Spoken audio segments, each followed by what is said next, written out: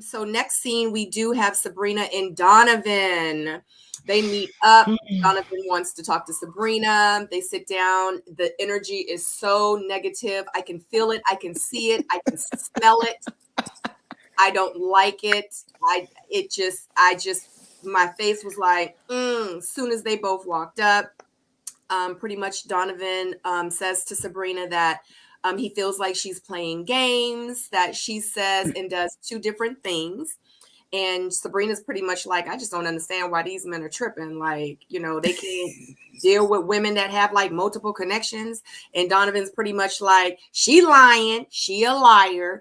I ain't dealing with you no more. I'm going to move forward with Carmen. So yeah, that's what it is. And Sabrina was like, Donovan acting like a baby. He acting bitter while he was cleaning the dirty fingernails or whatever. So anywho, how I said that scene is exactly how I felt like it was happening. Like it 100%. Just, like it was two like kids just back and forth, and I was like, "Oh my god!" Donovan was sitting there like, and she was sitting there like the whole scene. I just was like, "Oh my god." So, I love them both. I do, but I got a kick out of that scene. So tell me you guys' thoughts.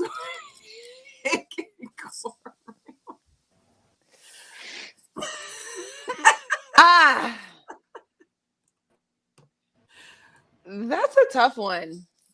It's so messy. I don't know. I can't tell if they're both kind of triggered by each other because they act alike. Like, I feel like Donovan has kind of been that character in women's life before he met Sabrina. And there is also a part of me that thinks it is challenging sometimes for men to handle a woman who has multiple connections. I don't love the way Sabrina moves. I'm trying to be objective when I look at her because the stuff she's saying, I know it makes sense to her, even if it doesn't make sense to everybody else with the process. I can tell that what she feels like she's saying makes sense to her and that she's doing things right and being a part of the process and being transparent with everybody. But again, I think you said it, that, this is ready to love, not ready to date. And I'm not, I'm starting to wonder as you recapped that conversation, how much of what Sabrina 2.0 was doing with Donovan is Donovan kind of turning around and doing with Carmen. I just don't buy that connection. So I'm just kind of like, I don't know what I'm looking at anymore is what I'm trying to say. So they had their spat. I don't know. Yeah, it's just hard for me to decipher, but that's what I got to say on it. Hey, what up, Jay? Hey, Jay, you right here? What's up, Jay? So who wants Yo, what's up, yo? How y'all doing? Mr. Jay right here? Yo, I came in at the favorite part. I'm gonna let y'all go, and then I'm gonna go because I got a lot to say on this one. Please do. Jamie just started speaking on it, so I'm done. Would you like for me to recap it, or you already got your notes and you read, Chief? Nah, I don't have notes on it, man. But what's up, everybody? My guy. Right. Man, look, I feel like I'm gonna be honest with y'all. Sabrina was my favorite from the beginning. It must be about the namesake, but the way she moving, how would you say it, Kojo? She moving mad. She moving mad, bro. And what I don't like, and I'm sure Sabrina's a great person, and it could be editing. I always leave it to that. It could be editing, but I don't like how she like has these little cut words where she emasculates the men, like when she's done with them. It's like, oh, he over there acting like a little boy. She said something very similar to Tori, and these are grown men, and I think that's very intentional. And I don't know if she's conscious of her doing it, but it's kind of like, can't he just be tripping? Why does he have to look like a little boy? Why does he have to be a smaller version of a man, right? And so that kind of that throws me off a little bit. But I think she has a lot to offer. But I think that type of behavior, it would be a problem if the man said, "Oh, she acting like a little girl." Y'all would have a problem with it. 100%. Y'all would. And so that's one of the things I don't like. And I like that Donovan stood up for himself. Tori didn't as much. I think he let her lead with that. Donovan was like, yeah, no, I don't like how you move, so I'm good, you know? And I respect that. I respect that, you know, that's that, look, hey, I know my worth. And I think he sat back at the, if you kind of noticed during the retreat, he was sitting back in the cut, kind of looking at how she was moving and like, okay, this is how you move when we both in the room. All right, because you don't know what's going on behind the scenes. And then so when you get a chance to see him one-on-one, you're like, oh, okay, this is how you're moving. All right, I'm gonna fall back a little bit and I'm gonna see how you go with this, you know? So I think he saw what was coming. And then she did the same thing with Demetrius, but we're gonna get that later. There's a recurring theme. Every man that was in some type of was her interest with her, he got cut down into being a smaller version of what a man is. Verbally. Yeah. She says a lot of things like that. And now, what was it, Laverne? And now we like, oh, maybe it wasn't Laverne. Thank you. I said the whole from the jump. Did. I was like, you did. This is not Laverne. This is her. And I was so proud of Laverne for standing up because I feel like you're saying, Jay, like it is so easy nowadays. If men have an opinion, then a woman's gonna jump and they're gonna they're gonna ostracize. You know, he's done. And so the things she's saying, it makes me happy to see that people are like, oh, well, she's saying the same things. And that's actually not okay either, because then she's doing what the man is doing that she doesn't like the man doing. And that's why I was so happy when Laverne stood up for himself. Yeah.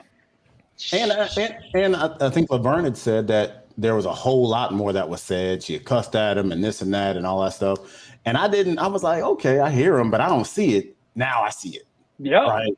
Like whenever somebody gives her that same energy back, it's not okay. And it's kind of like one of my buddies used to tell me that I used to do this. He's like, you want people close, but not too close. So you do this and then you do this. You do this and this. And that's what she does when it comes to her love interest, right? Absolutely. She liked all these guys. When Donovan pulled up on the scene, she was like, baby, what you want me to take this? You know what I'm saying? She was ready. And then he went in and then was like, no, I'm good. Mm-hmm. And it could have been other stuff that we didn't see. So there's always that. But from what we saw, it was like moving mad. She triggers me.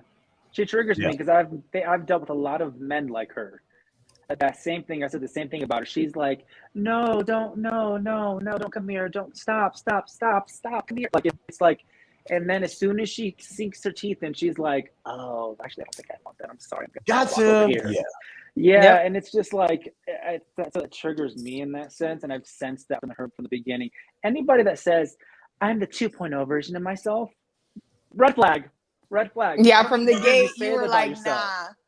Like 2.0, what?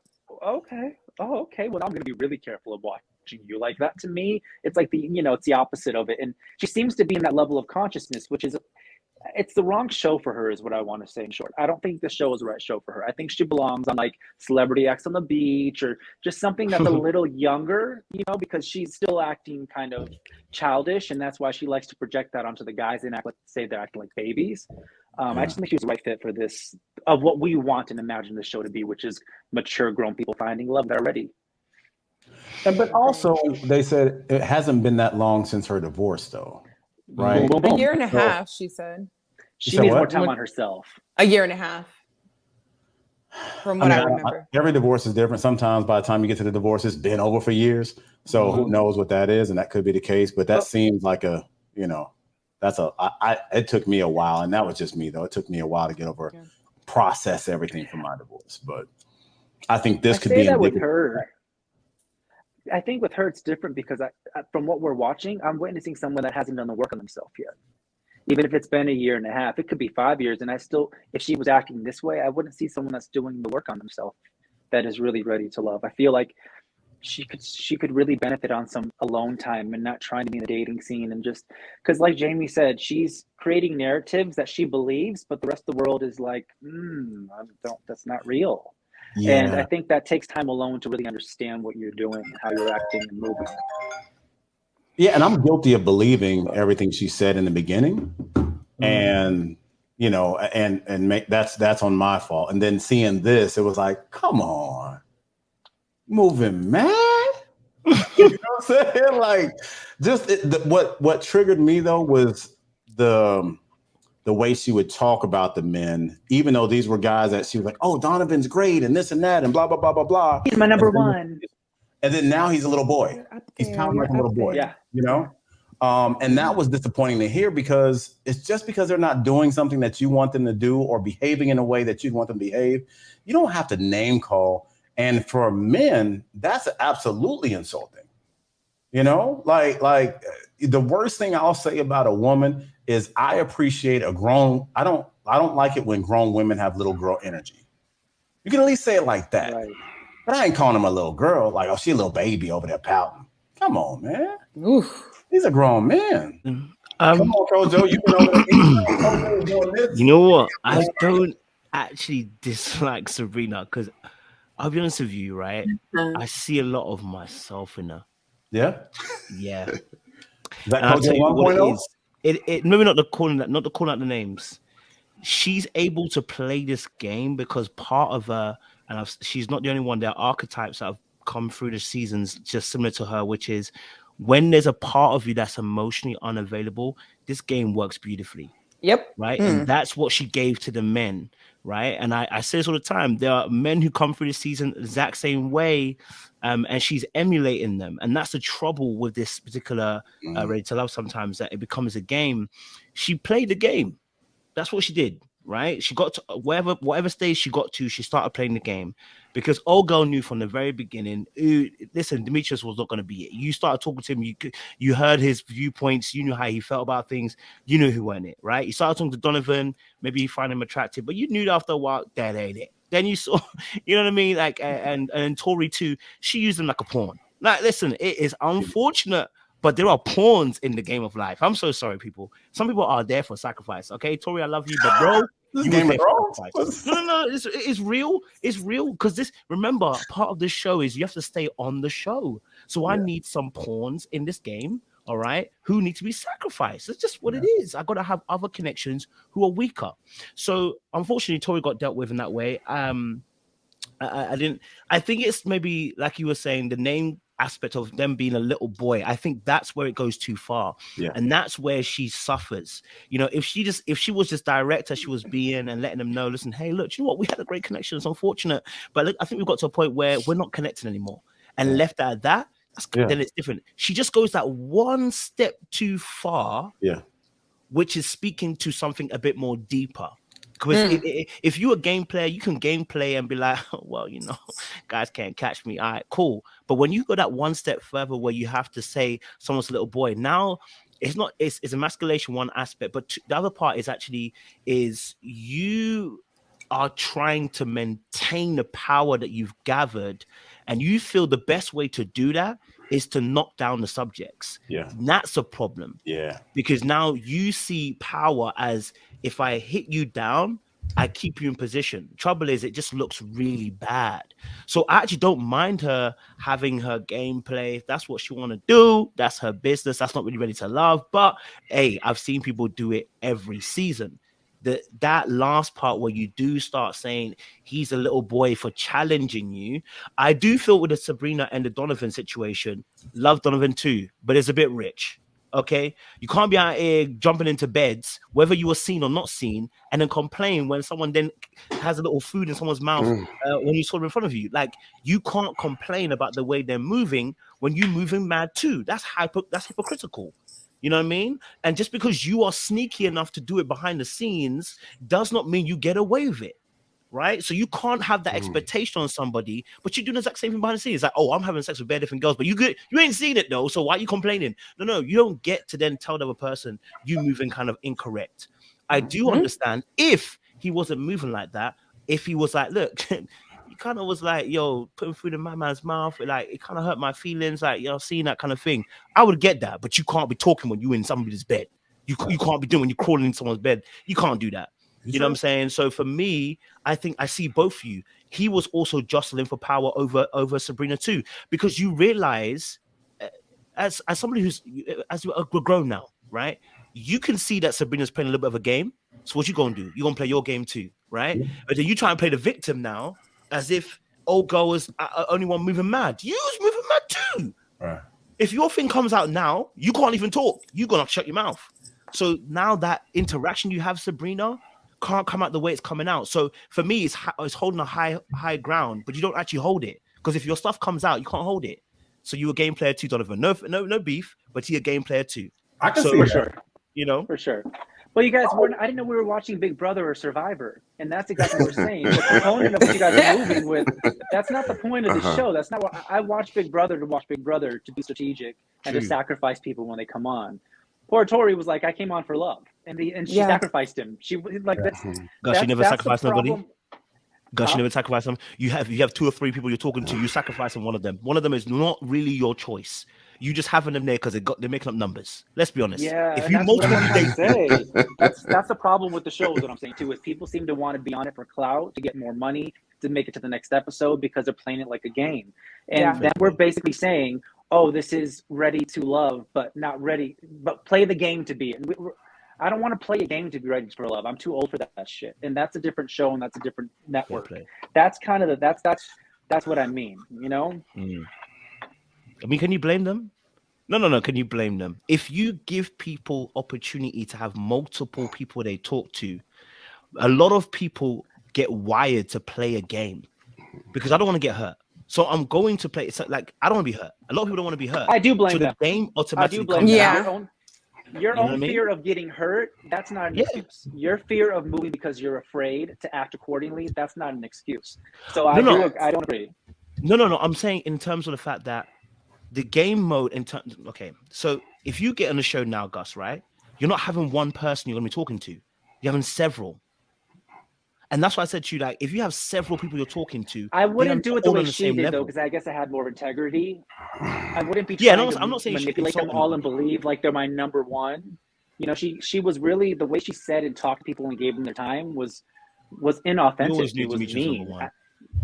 We always knew Demetrius. Yeah, but why was he number one when she knew that he wasn't even the one, though? We knew, like, what she did. We'll get to it in a second. We knew she was gonna do that to him. When they were sitting there, we knew the outcome. So it's like, I understand playing the game to protect yourself, but you have to hold yourself at integrity. And the whole point of the show, if I was on it, is to find love. So I probably would have more like Laverne and kind of just watched back and then gave myself a little more when it was time and appropriate, instead of giving so much to hype these people up to break them down. I see that enough on every other TV show. I see that in real life. Unfortunately, life's a game. Art imitates life, right? Like that, and that's what this is, where you see, and what I always say that I like about this show is that there's always some takeaways where we can see something that's happened in our life, where we've been one of the people on one of the sides of it, and then it starts the conversation. And then you think about it the next time when you run into it, like, you know what? Let me not be that person. Let me not call her a little girl when I'm upset with her. Yeah, you know, because she didn't play the game way I wanted her to play it. You was a pawn. You're supposed to take that pawn move. That is what it is. You're a disposable piece on the board, and let that be that, but not have the name call afterwards. Right? Yeah. There's always that. Okay, you know, I'll be a better version. I agree that. Maybe this should bring up 3.0. Tommy, I think, needs to come in a little more and be like, you're not ready to love sooner, because it's really clear from the beginning, especially if they're going to move with that mentality of like sacrificing people to win. You're not ready for love. That's not what you're here for then. So I think that's on Tommy to really kind of, maybe he needs to have more of a say in these eliminations than the fellow people on the show, if that makes sense, because I think there's a discrepancy between ready to date and ready to love. And ready to date, have your cards up, play your game, sacrifice people. Ready to love, you're supposed to be in a different mentality and a different awareness, and I'm not seeing that. Please and thank you, because that's the kind of stuff that turns me off from dating altogether. Like, don't play with That's why some people are single and dating. You somebody's number two. You somebody's number two, though. I'm nobody's number two because I don't play like that. I'm nobody's number two right now. I think it's hard pressed to say you're not. If you're talking to somebody, people I'm not have talking numbers. to anybody. Okay, but you know what I mean? Like, if you're talking to somebody, there is no guarantee you are. I need focus. Oh, that's such a negative perspective, though. That's just how is that no. It's about it's about being real. If in this day and age, there are multiple options people can have. So if you're talking to someone at the very beginning, you're no guarantee. Now, as time progresses, as you're talking to somebody, you should be able to say, listen, hey, this is what I'm on. This is what I'm on. Are you on the same thing? You are like Sabrina. You are Huh? like Sabrina. Because I see things as what for me is real. Not everyone plays life the exact same way. There are people that are genuine that can only focus on one person and have that one interaction, and that's solely it. And you see those people get played. No offense, because when you are solely focused on certain people, sometimes you don't get the energy you need back from that person, leaving you vulnerable. That's how I see things. So I'm saying I don't disagree the way Sabrina dealt with things. It's just that the name calling part tells me there's something deeper. If I have to dispatch of you in that way, that's a callous way of dispatching of you. I totally understand why if you have multiple people you're talking to, they are going. This show in order for you to stay on. There is an act of game playing. Clifton and Joy are playing a game. You can't tell me they're not playing a game because you two would like each other, but you stay on the show, you have to date other people. They need to keep them. I think they need to keep them. I don't think they have to actually play the game because they need them because they're the only couple that's going to stay. They need to vote. They need to vote. The Clifton but production's not going to let them go. Who else are they going to have together? Who's going to survive in the end if they don't have them? Nobody. And then they're going to get even worse. Yeah, not doing their job. Does Clifton like the Kia as much as he likes Joy? I think what helped them is that they changed the wording by asking who is at your bottom, right? And not who your top three are. So because they technically weren't at anyone's bottom, right? They got to stay on. I'm actually not even mad at Sabrina. You know what I mean? Like I got a different take on it all. And we mentioned playing the game, right? And we also mentioned the fact that sometimes the egos get in the way when we talk about who's number one, who's number two, and who's number three, and nobody wants to not be number one. But if you look at it, statistically speaking, almost all of the couples were somebody's number two or somebody's number three at some point, right? Authentically, all of them, because we're dating all of these people. Say that again. Authentically, all of them, because I don't think there was a number two for Joy ever. No, I'm saying statistically speaking, like, was number two for the most part. For the most part, yes. So because it's not conducive for a person to have a number one throughout, because you're going to end up getting voted off early, right? So you do have to play the game. So when I saw Donovan come up, it was like he was done at that point, and it was like, damn, girl, like we could have had something had you just kept it real with me. You know what I mean? That's what it was given. It was also given that there's a lot that we didn't see, right? And there was a lot of like personal attacks, and I feel like production and the editing tried their best to keep it as classy as they can. I feel like those conversations were a lot worse. They were a lot worse than what we saw. I agree. And I feel like the three of them, I call them like that three-headed monster, Demetrius, Sabrina, and Donovan. I feel like they've all reached the point of no return, but they wanted to get their shots off first. You know what I mean? So they were like, bang, bang. You know, you're not going to get me. They wanted to play the game. You're not going to get me on national TV. No, you know what I mean? Yeah.